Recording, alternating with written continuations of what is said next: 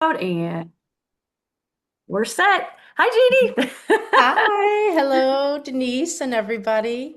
Um, Welcome. I'm very happy to have some time to spend together, talking about really what has become currently my most favorite subject, gardening as spiritual ecology, and I'm really happy to have time to dive into that and share with you all. I did format the presentation a little bit so that there are some slides that are kind of dense with words, but my intention is that this will be something that you can go back to and learn from afterwards. So I tried to make it as a takeaway as well. Well, oh, I am clicking for the next slide and it isn't going. Okay.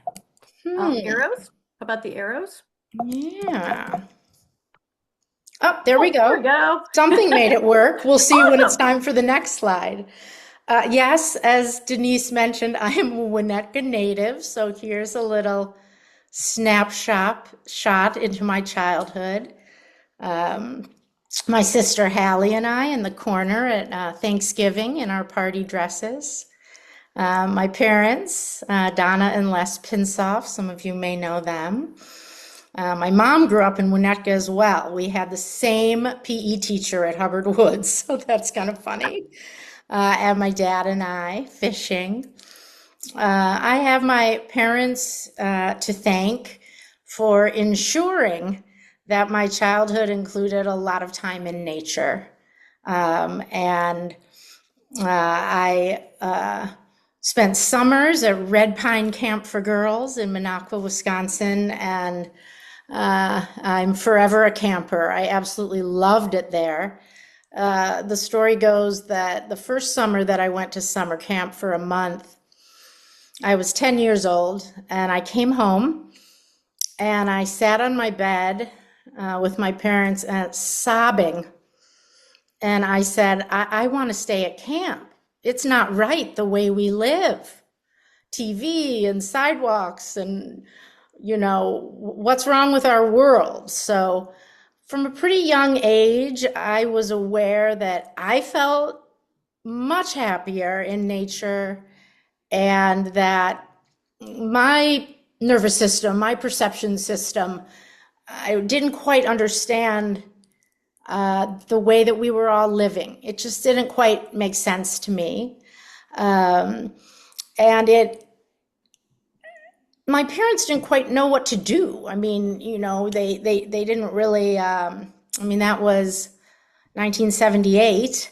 And I'm saying it's not right how we live. I mean, my mom was sort of like, back to Hubbard Woods School, back to the salt mines, like what else could she say? So, but there proceeded this kind of quest, personal quest, to really find that connectivity, that happiness and calm that I always felt at summer camp.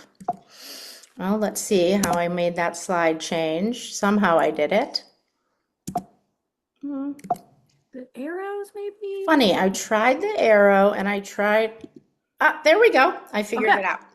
So, um, this is a little garden sign that when I started thinking about creating this presentation, maybe last fall, I saw this sign within a week in three different people's gardens. And I thought, okay, this is it.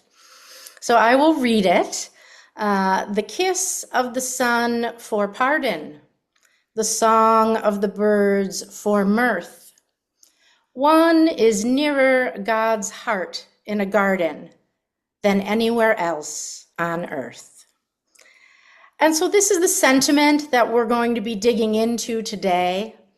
This is surely the experience that I had as a child at camp. I also had the privilege of, my parents are very social people, so they have a lot of friends.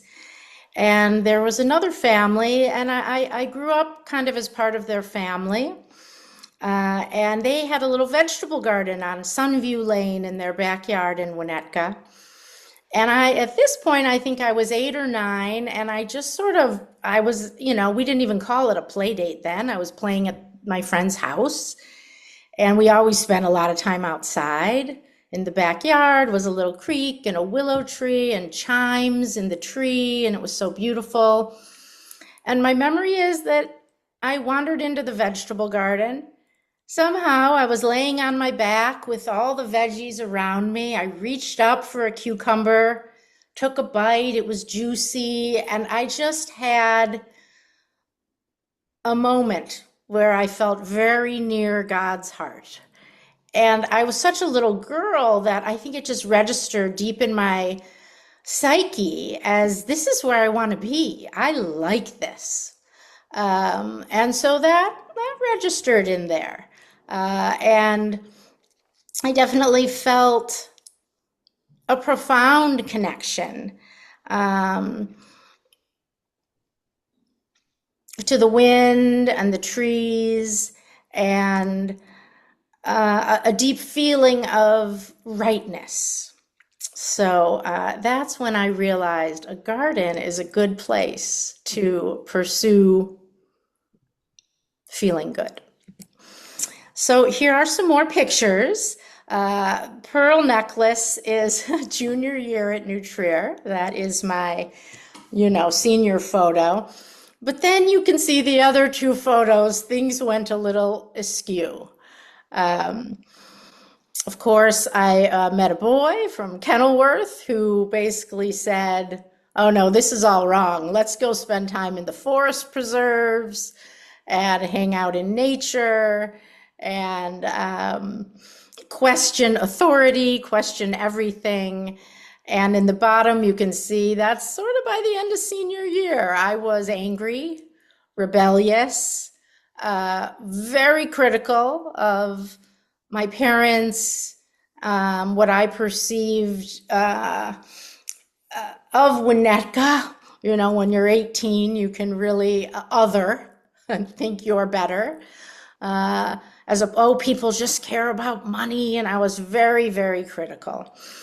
And therefore, I began seeking, what am I going to do with my life? And I was reading a lot about this topic that I get to talk to you about today, which is the spiritual ecology movement. So this really resonated with me pretty much from the time I was a little girl. But it really took center stage when I was 17, 18, and deciding what direction I wanted to go with my life. So let's pause here from my personal story and examine what is the spiritual ecology movement. This movement integrates spiritual values, indigenous wisdom, environmentalism, and conservation. When one puts on the lens, a spiritual ecology lens, we perceive all life forms as interconnected and part of a living spiritual whole. We view the earth as a divine entity rather than merely a resource. So the spiritual ecology movement includes various spiritual practices, but all of them focus on healing and fostering the relationship between humanity and nature. The spiritual ecology movement believes that ecological crises are fundamentally spiritual problems, requiring a shift in consciousness, a move towards a sense of responsibility or stewardship for our planet, and reverence for nature. So one of my most favorite states of being to be in is in reverence or awe of nature. I may be at the beach and the sun is rising over the lake, and I'm in a moment of thanking the sun, loving the sun, honoring the sun. This could happen with a tree or a mountain. For each of us, it's very individualized how one gets into this zone or feels their connection. It is a movement that really encourages every individual from their own heart and the eyes of their heart to connect with nature through entering a state of reverence. So back to my story. At this time, 17, 18 years old, I could not get enough of studying Native Americans, what they believed in, how they lived, and other indigenous people from all over the world. And at this point, I think that I have so much respect for the anthropologists and people who are working hard, even now, to connect with indigenous people all over the planet, understand their methodologies and their worldview. And as these cultures are rapidly going extinct, it really appears that the colonizing efforts that took over our planet, inevitable, but that we often missed these sort of wisdom, these basic gems of wisdom about humanity and our relationship to nature and our place here as stewards. So what is so exciting right now is that this spiritual ecology movement is resonating with more and more people, and there are more access points for people to engage in this lens, this way of being and thinking. So it is an exciting time for the spiritual ecology movement. So this photo is of a place called Zendik Farm. When I was 17, I broke the news to my parents, and it wasn't easy news to take that I had, after visiting many colleges, decided I did not want to go to college, but that instead I wanted to be an organic farmer. So my mom found for me an apprenticeship, and this is where I ended up going. Not only was it an apprenticeship in growing organic food, it was also a communal way of living, 35, 40 people. And I immediately loved it. And I then spent the next 17 years of my life with this group. We were very idealistic. The aim being to live sustainably and demonstrate through our actions that there was a better way for humans to live. We had composting toilets, we shared our resources, we grew our own food. However, as many movements that are kind of outside of society or on the cutting edge of bringing forth new ideas, there was a pretty dark side to it as well. And it turned out that the people in charge did not have my best interest in mind. And I ended up leaving after 17 years and moving home to Winnetka. Let's see, oh my gosh, I was 35 years old when I came home, and my parents were amazing, and began this next stage of my life. And so before I tell you about the company I ended up starting and all of that, I'd like to share some more information specifically about plants. So recently, perhaps my favorite author, Michael Pollan, who was voted to be by Time magazine one of the 100 most influential people, with good reason. I have a deep sense of gratitude for Michael Pollan because much of what I have cared about over the years he tends to write a book about it and make it much more mainstream. So he took healthy eating, plant forward eating from being sort of a hippie granola thing into this is normal and we should all eat mostly plants. And he has done that with several subjects. And his most recent book that recently came out is called A World Appears, A Journey into Consciousness. And I have just been captivated by this book because it has such a strong connection to my work with plants for all of us who love gardening, and also into helping us understand the inspirited aspect of plants. I've always been a person who talks with plants. I hear them, they hear me. It tends to go pretty well. But it's been fun for me to read chapter 1 of this book titled Sentience and learn more about plants. So as always, Michael Pollan is sort of an investigative reporter, and he went out in the field, so to speak, and met with a lot of different, sort of the most prestigious right now, plant neurobiologists. And so this is let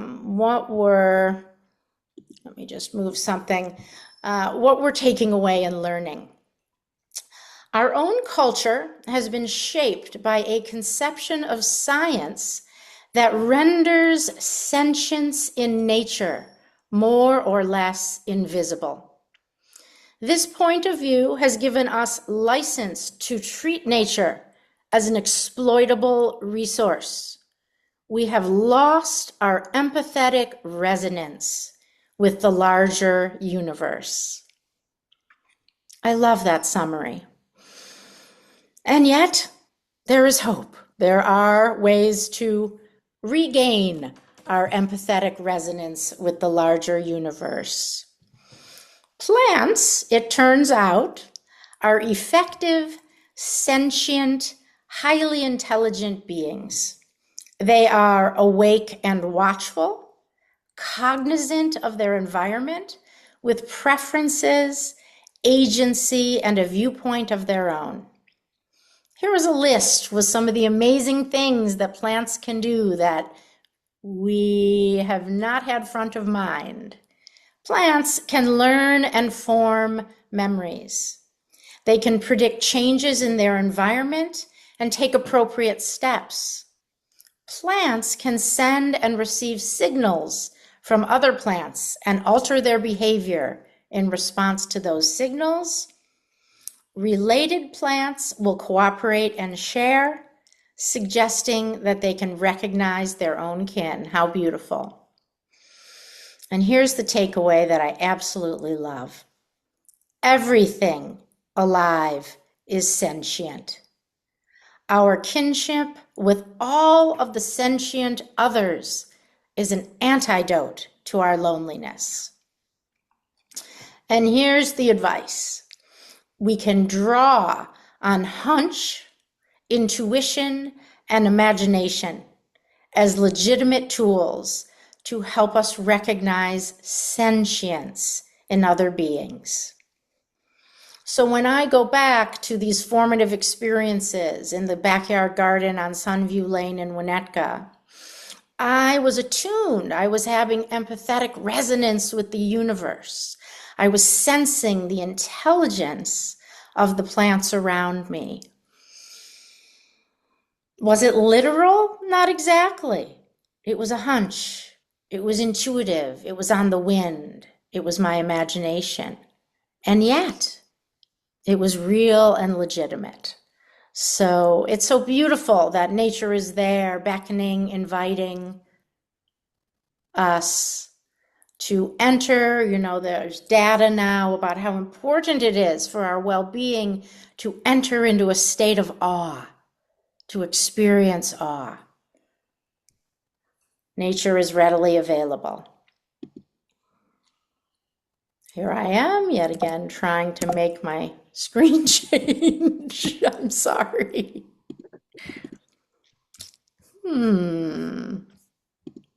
No, that is not what I wanted to do. I don't know why I'm having trouble flipping my, Mhm. Was it the up and down maybe arrow instead of the sideways? Let's see. I don't, let me see. Now I got a little off of our presentation. I'm so sorry. Oh, no, Technology you're is not my best. okay. I Now, think it's kind of perfect timing, actually. We just got done okay, talking about the non-technological, and look at this. if you're Now not, I've a little bit lost my PowerPoint. I have to come back to that's it. okay. Maybe the top right where it says Denise, what gardening. have I done? I think the top right of your screen where it says the gardening is spiritual ecology. I think if you click in that bar, okay, let's see. There we go. Okay, you're good. And then, yeah, there I'm we go. back. You're good. Now we're just Okay. trying to get Now me let's to try the really up, maybe an up arrow. And so there we there. go. Okay, it worked. Excellent. Okay. So, upon returning to my parents' home after these 17 years of farming and communizing, um, full of my love of the spiritual ecology movement and understanding of plants, my mom suggested, why don't you put a garden in our backyard? So here it is, the first garden that I made in 2005. I was used to growing, 100 tomato plants, so I was down to 6 or so. There was a learning curve for me. And gracious friends of our family came over and suggested you should start a business. People will want to hire you to help them grow food and grow it beautifully. So that is what I did. The first garden that I made after my parents' garden in their backyard uh, was the edible gardens in Lincoln Park Zoo with Chicago's Green City Market. This beautiful teaching garden no longer exists, but we operated it for 20 seasons. It was such a pleasure, such an honor to work with so many children and families for hands-on learning. And yeah, it was really a great program and such a joy to do. And Denise mentioned the book that was published in 2013. Alice Waters, who wrote the foreword, who is really the founder of the edible schoolyards, schools having gardens, restaurants serving local food. She had visited the edible gardens in Lincoln Park Zoo in 2007 and had said to me, "You've got to write a book. I'll write the foreword." So I did take her up on it, which was great fun. And she's such a thought leader that was a fun moment to have her point me in the right direction. And the book is equal parts memoir, personal story, how to grow food, how to in simple terms, and also uplifting information about the seed to table movement. So I'm grateful that the library has copies for anyone who wants to read it. In Northbrook, this is a photo of our business headquarters. This is our teaching garden and demonstration garden for our employees. In fact, I spent the day here today training our new staff to get them ready to head out into the field to help others grow their gardens. One of my personal passions and something I just love doing is creating vegetable gardens that are also beautiful and make you happy. So you want to be there and your eyes are bathed with the glorious colors of a garden. And this is our place where we have a huge greenhouse and grow a lot of plants, and it's great fun. The Organic Gardener, which is our business at a glance. This is our 21st growing season. We're farming about 30,000 square feet. We are a team of 18 people. We design gardens, we build gardens, we plant and maintain, and we teach. We are at over 200 sites. Um, and we are a lot of gardens on the North Shore, but also in the city, a lot of urban farming. And also we extend into Michigan. We have a team there once a week around Lakeside, New Buffalo, Three Oaks, and Lake Geneva area. So we have about 10 urban rooftops, 15 school gardens, 16 non-residential sites, including a garden at Glenbrook Hospital and one at Highland Park Hospital with a focus as food as medicine. And since 2005, we've built well over 1,000 gardens. So this is our passion. There's my partner in crime, my husband, Jeanne Nolan. We run our business together. And over the years, he has gotten very into mindfulness and sort of some of the deeper aspects of being a human being. And in the center of our office building, where we have our demonstration garden and the organic gardener is run, we have a beautiful space we've created called the Transformation Station. And it's a place where we have music concerts and movement and yoga and spiritual ecology practices. And this has becoming more and more a part of our lives. I think for he and I, the practices that we cherish are for our own well-being, to balance and nourish ourselves. And both of us are beginning to share these more and more. And that's part of why I'm so happy to be talking about spiritual ecology, the lens that is kind of underneath. Yes, I'm happy to teach people how to grow food, but I'm really happy to talk about this. So, mindfulness in the garden is something that has been coming more and more front and center for me. And there is a beautiful little book that I highly recommend that is called Mindfulness in the Garden, Zen Tools for Digging in the Dirt by Zakiya Murray, with a foreword by one of the most potent teachers of the last 100 years, Thich Nhat Hanh. And he is been passed away a couple years, but in his lifetime, he started 12 monasteries around the world. 3 of them are in the United States, and all of them have a very robust garden or farm where people can come and learn. And so at the top of this is a quote from the main location that Thich Nhat Hanh founded. It's called Plum Village Monastery in France. And their farm is called the Happy Farm. And this is what Mike McAvoy has to say. We begin our year in early spring by mindfully stepping into the sacred space that is our garden. When we arrive, we first slow down and greet the more than human beings that hold and tend the space. The trees, the animals, the insects, the soil, the sky, the clouds, the sun. And I just love that quote because, all of us are challenged to arrive at the moment. One of the most challenging things for me in a garden is that I want everything to be perfect. It's often a garden for a client, which implies capitalism, a financial exchange. And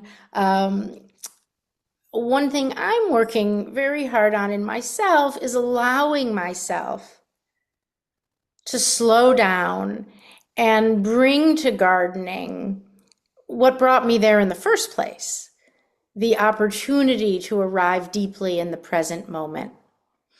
So, mindfulness is deep awareness of what is around us and within us in the present moment. Gardening mindfully is restorative. That's why we have this beautiful term, therapeutic gardening. One of my favorite friends I met when they were 4 years old, they're now 24, in our garden in Lincoln Park Zoo. And at the time, their name was Tommy, and they would come in the garden, unruly little boy, and completely calm down and focus and love gardening. This child would come every weekend to Lincoln Park Zoo to our garden with his parents. And one day he came with a big pair of headphones on. And I said to his parents, what's going on? And they said, oh, well, we just came from therapy. Tommy was just diagnosed with ADHD. And my jaw could have dropped because this child was so focused and calm and could have stayed in the garden for hours working. Well, that is the magic fact of nature and gardening. Gardening mindfully is restorative. It helps us calm down. That's why school gardens are so very important. When children have the opportunity to leave their desks and get outside into a school garden where they can learn experientially through their hands, through their senses. It's a powerful part of the day that has even been shown to increase academic test scores when a school has a garden. So there's a lot of good here. I love this next piece of wisdom. When we garden, we place ourselves at the edge between what is wild and what is cultivated. Crossing the garden's threshold, we enter into a direct relationship with nature and with ourselves. Gardening mindfully, we invite the mind to drop into the heart, and the tangle of our thoughts is loosened. The garden is a place where we shed our time-focused, goal-driven pace. Technology and phones and screens and all of it, we need a respite where we can slow down. A beautiful quote by William Longgood: a garden is a portal, a passage into another world of your own thoughts and your own making. Well, this is my reality right now. Our greenhouse is full of thousands of little plants. It's a special year at the Organic Gardener because our greenhouse propagation manager is growing all these beautiful plants, and she's growing a baby inside herself. So it's a special time. And a greenhouse is just a place where it's like the plants are singing in there. Quite beautiful. Actually, tomorrow is the day that we begin planting gardens. We're enough past the danger of frost that our cool weather crops, spinach, broccoli, cauliflower, peas, radishes, carrots, kale, start to go out into the field. So that is exciting. All right, so this is something that I thought we could all do together. So I invite you to quiet your own self, find your own center. And this is a gatha, a short mini poem that is intended to help bring us into the present moment. And this is an example of a way to enter one's garden mindfully. You see the photo with the gate beckoning you, beckoning me, beckoning us into the garden. And a gatha is meant to be spoken aloud or intoned to oneself, rhythmically with one's breath. So as we breathe in together, we can all say it, one line, and then we'll breathe out. Then we'll breathe in again, and we'll say the next line. And we'll see if we can get a little bit of that resonance with the universe going. Okay, breathing in. Inside the garden's gate,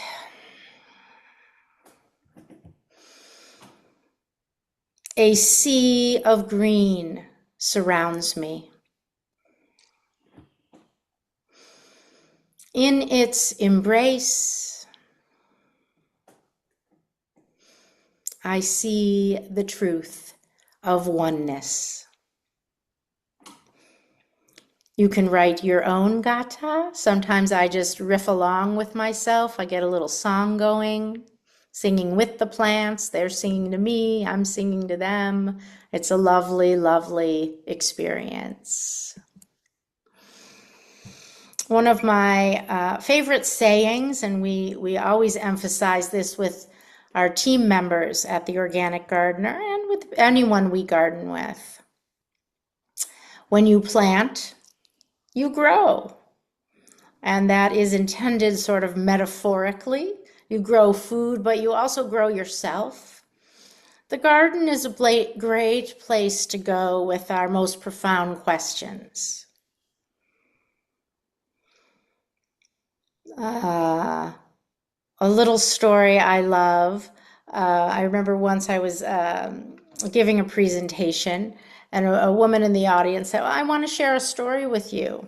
When she was a child, her family would travel to Ireland where her grandparents lived. And she would wake up in the morning in her grandma's house, and they lived rurally in Ireland. And if she ever were to say to her grandma, I'm not happy today, I'm having a tough day, her grandmother would say, shh, come here.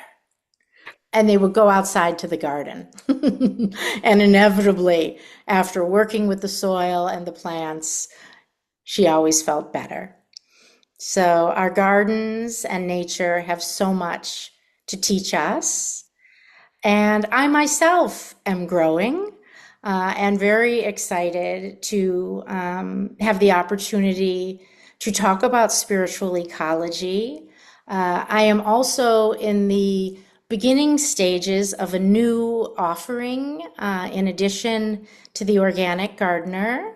I'm launching something called Spiritual Ecology Circle, and the community will be hearing more about this from me within the next year as it comes together, but I'm very excited to join hands, so to speak, either virtually or in person, with other humans to explore how we can enter into this state of reverence with all beings on the earth, how we can help them, how we can learn from and with them, and how we can awaken within ourselves and within all of humanity a sense of stewardship for our beautiful planet, a sense of oneness. We all caught the same cold, COVID. We are all dealing with the same challenge as a gardener. Climate change is very close by. We used to be able to grow so many crops with quite a lot of confidence. These days we have to say our gardens are the canary in the coal mine, and it's possible that 3 out of 10 crops may not thrive. We're changing our planting calendar. We're able to respond as human beings. It's something we do very well, but we are in a great time of change. And the sooner that our hearts can awaken and we can join together with a sense of spiritual connection and love of the earth and all the more than human beings and human beings upon it, that's the good news. And that is something I'm very excited about. And I thank you for listening. and I am more than happy to take questions and chat. And I'm even open to questions about how to grow food since planting time is upon us. Oh, So Jeannie, thank you all so much, and let's talk. okay, well, Jeannie, thank you so much for sharing, all the wisdom you've gained from your experiences. It's just, I literally think of you as someone who's be the change, you felt it and then you participated in on the ground floor of all that when you got back to the city, all the things that you were able to just integrate. So cool. Definitely a couple of comments and a question. Great. Um, One, the Michael Pollan books, we have a ton of those, are so great. And Mm. someone put in our chat, thank you so much to Lois B. Photo. Michael Pollan is speaking tomorrow night, April 15th. I guess you know about this? I do know about this. At Francis Parker School as part of the Chicago Humanities Festival. Tell me what you know. Yeah, about that. Just I just know that he will be there. He's on a book tour for the book okay. that I quoted from. Okay. It hasn't been out very long, Mhm. and he's just incredibly engaging. So if you can get there, I highly recommend it. I view Michael Pollan as a person who I'm so grateful for because he takes these subjects that are kind of maybe more outlier subjects, but he finds a way to use the language so we can all understand and learn. He's a Mhm. genius at it. So, Yeah, he's got some great stuff.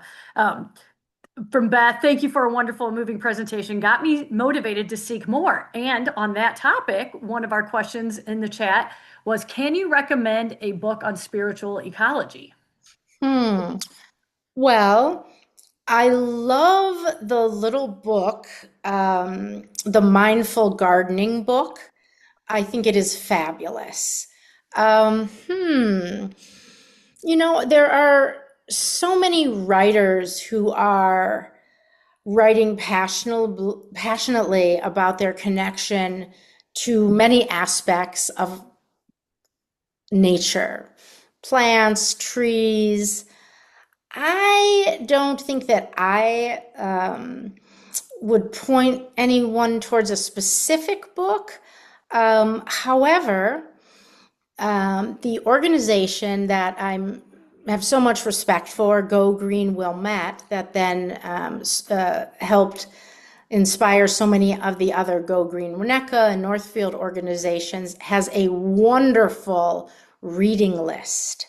Um, Go Green Reads. You can go to their website, and they have regular lectures through the book stall, and they bring authors in that are all about um, going green and in various ways. So, um, Well, and I sorry, can put that. I can't point you to one book, but Oh, no, no, that's wonderful. And like you said, those lists are out there. But no, thank you for pointing us in the right direction. And I'll add that tomorrow when I send the link to this. I'll put the Go Green locations and things. I can add like, book related topics. So, and then Debbie says Robin Wall Kimmerer is great. Does that ring a bell? What do you know? absolutely Okay. braiding sweetgrass, among other books of hers. She's inspiring and timely, and somebody who I think brings readers closer to their sort of ecological selves and hearts. So I do highly recommend her books. Yes. Very good. Okay, cool. Well, looks like I've pretty much everything people have mentioned in the comments. Just we have like another 5 or 10 minutes. What is there anything else that's kind of on your heart or top of mind? I'm really excited about your spiritual ecology circle. How do you see that evolving? What are your thoughts or your Mm. goals? Well, one thing that I am very interested in are the methodologies, the methods that archaic humans all over the planet used for well-being and healing and connection. And there are practices that we can do now. And this is what, when I, begin to gather people for classes and weekend workshops, um, I'll be sort of moving out of the gardening lens and more into these spiritual practices. And it's a lot of fun. And I enjoy learning practices and teaching practices that are accessible to really anybody and pretty basic, with the goal being to help each of us find our way to have direct revelation, direct contact with the inspirited aspect of nature. So, I have many memories throughout childhood where all of a sudden I feel at one with a tree, or people will tell stories of a butterfly flies by and they just feel their a deceased mother's presence, or these kind of more subtle perceptions, and finding ways to engage more deeply in that aspect of life. It's very nourishing for me, and it's very connected to gardening, but also stands alone in practices. And that's kind of where my passion is kind of expanding to include that. Hey, we did get one more question. How can I contact you for gardening in my new home that's mostly green lawn in Riverwoods? Where and how do I start? Would you Ooh, mind want those. to give us a little, maybe it's fine to go ahead and give us a little commercial of like what it is, how your business operates. Sure. Yeah. So, The Organic Gardener is our company, and we have a website. It's theorganicgardener.net. And you can contact us through the website. There's a contact us page. And we focus specifically on food gardens. I'm just going to go back to this one since we're talking gardening. Um, and So if you're interested in having a garden, then we come out for a consultation. We bring a tool that is a sun meter. We locate a sunny spot. We talk about, your goals, what size of a garden, what style of a garden. And we have a design process that we go through, and we build rabbit and deer proof fencing and raised beds and a irrigation system, a compost bin. We have a beautiful, robust crop list, curated crops that do well in our area and are particularly tasty and nutrient dense. And we then come and teach. All of our staff are garden educators. They are excited to engage with homeowners, with children, with grandchildren. We have several gardens that are multi-generational, grandparents, parents, grandchildren, and they're planting and harvesting and cooking together. And it's a fabulous way to, connect with oneself, with nature, with family, with community. We have a wonderful community garden in Northbrook, right by the library and the village hall. All of the schools in Glencoe have school gardens, and in many other communities. But for a homeowner, specifically, we tend to do fenced, rabbit-proof, sort of mini outdoor classrooms for the home. And it becomes a sanctuary, a place where you can go and practice spiritual ecology. Your own personal, spiritual ecology place, Mecca in That's your right. in your thing.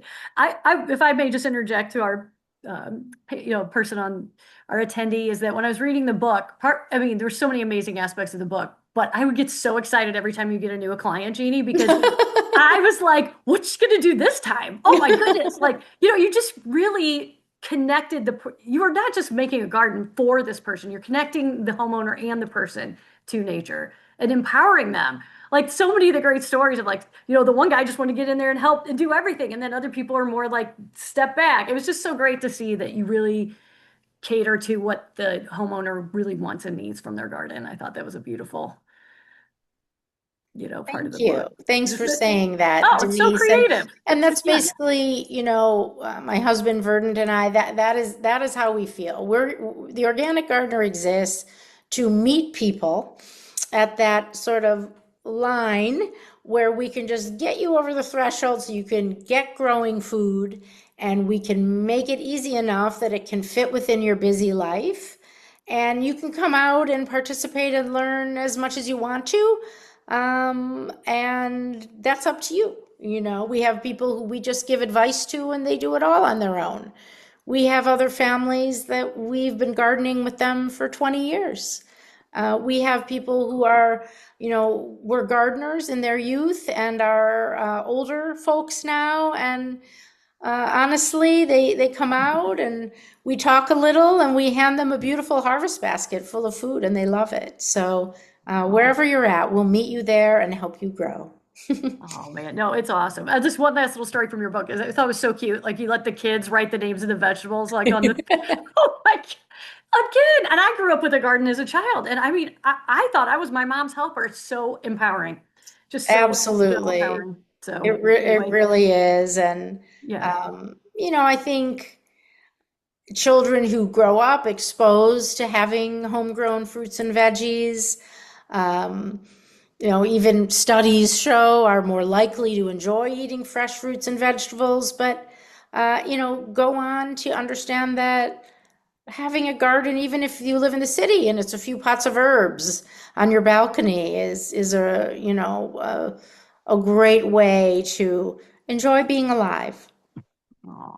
Oh my goodness, Judy. Thank you so much. Like you said, this is so great because it's both practical, but also, like you said, this connects us in this other way that we just don't think about every day. So thank you for creating this space so that we could just go there and think about, the magical part of gardening. It's really wonderful. So, Thank you. And thank you, Denise. And yes. it's so fun for me. The Winnetka Library was my childhood library. I have a lot of memories there, so it's fun to be invited to share with you all. And thank you all for listening. I wish I could see your faces and that we could be in the same room, but I'm also grateful for this virtual opportunity. And Yeah. happy spring, everybody. Happy spring. Okay. Thanks, everybody. Okay. Take care. Bye bye. Okay, bye bye.